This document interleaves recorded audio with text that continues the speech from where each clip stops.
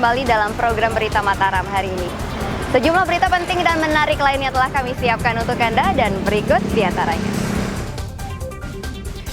BPBD mengingatkan dampak cuaca ekstrim di seluruh wilayah NTB menjelang akhir tahun.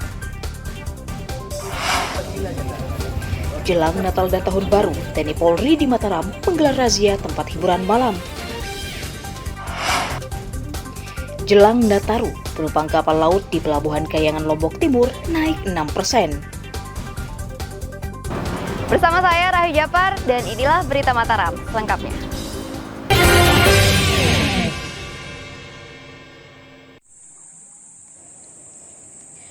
Badan Penanggulangan Bencana Daerah Nusa Tenggara Barat meningkatkan potensi bencana akibat anomali cuaca menjelang akhir tahun 2023. BPBD mencatat sepanjang tahun 2023 ada 105 peristiwa bencana berupa banjir, tanah longsor, dan angin kencang yang menyebabkan kerugian material dan korban.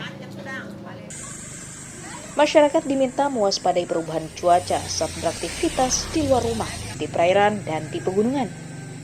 BPBD juga mengimbau warga yang tinggal di wilayah rawan banjir di Pulau Lombok dan Sumbawa agar meningkatkan kewaspadaan.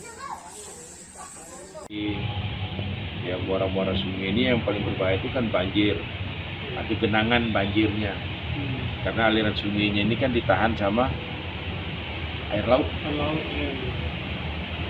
Terjadi genangan. Ada antisipasi di daerah-daerah wisata Pak, kalau kayak kawasan Senggigi sampai utara? Oh, itu juga semuanya kita harus backup, semuanya itu kita backup. Makanya Dinas Pariwisata itu kan selalu dia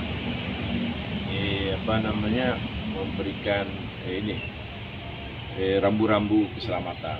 Untuk berharap BPBD Provinsi NTB mengajak masyarakat meningkatkan mitigasi bencana dan memantau perkembangan cuaca melalui sumber terpercaya yang ditunjuk pemerintah.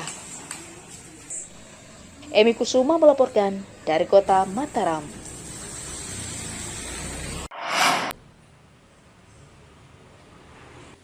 Badan Penanggulangan Bencana Daerah mengonfirmasi 8 wilayah di Kabupaten Lombok Timur rawan bencana saat musim penghujan. 8 wilayah tersebut meliputi Kecamatan Sembalun, Sambelia, Pringgabaya, Suela, Sikur, Montong Gading, Keruak, dan Kecamatan Trara.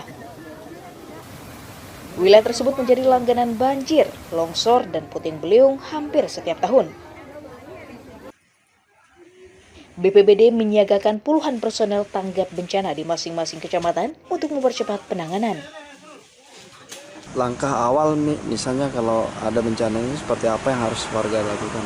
Langkah awalnya yaitu pertama yang kita himbau adalah tetap memantau peringatan dini baik dari BPBD maupun dari BMKG. Artinya bisa diambil sendiri kira-kira curah hujannya di mana dan potensinya berapa. Kemudian yang kedua mengimbau kepada semua warga untuk sementara pada musim puncak-puncak musim hujan ini yaitu akhir Desember, Januari, Februari untuk mengurangi ke tempat-tempat yang berpotensi bencana. Selain melakukan sosialisasi, BPBD Lombok Timur juga menggelar simulasi pencegahan banjir dan penanganan dampak bencana longsor serta puting beliung kepada warga yang tinggal di lokasi rawan bencana. Muhtadun melaporkan dari Kabupaten Lombok Timur.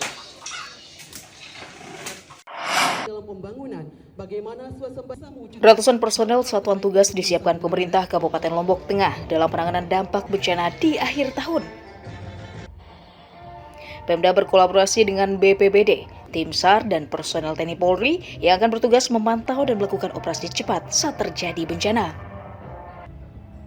Seluruh personel dilengkapi dengan keterampilan khusus dan peralatan evakuasi korban. Pemda memetakan 5 wilayah rawan banjir, meliputi Kecamatan Praia, Praia Timur, Praia Barat, Praia Barat Daya, dan Kecamatan Pujut. Sementara untuk daerah rawan longsor terjadi di wilayah Kecamatan Batu Keliang Utara dan juga Kecamatan Pujut. Apel siaga bencana hari ini kita gelar menunjukkan bahwa semua yang terlibat langsung, TNI, Polri, dan beberapa OPD yang terlibat langsung kita undang. Kita tahu kekuatan kita, sapras kita seperti apa, yang sudah siap bila mana bencana itu terjadi, kita siap untuk mengantisipasi semua itu. Termasuk dengan melibatkan TNI Polri ya? TNI Polri. Bahkan ada beberapa program ke depan, kita sudah mulai memprogramkan, kita tinggal susun jadwalnya, kita akan menyusur semua sungai-sungai yang yang banyak sampah dan lain sebagainya. Seluruh personel Satgas Bencana akan disebar di masing-masing kecamatan untuk mempercepat mitigasi bencana. Lukmanul Hakim melaporkan dari Kabupaten Lombok Tengah.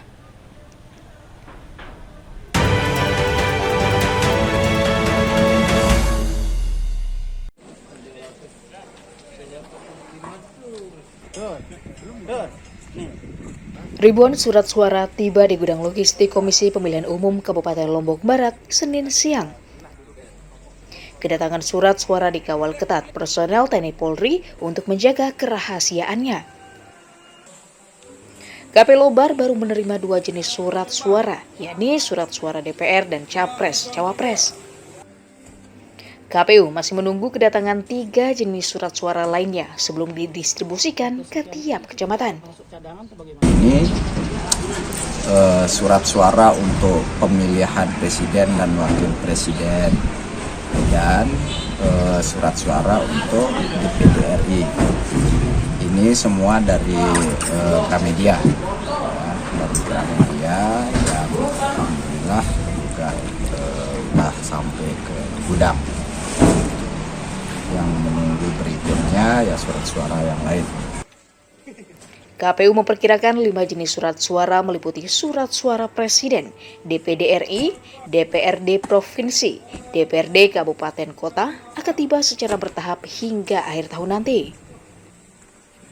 Hairul Amri melaporkan dari Kabupaten Lombok Barat.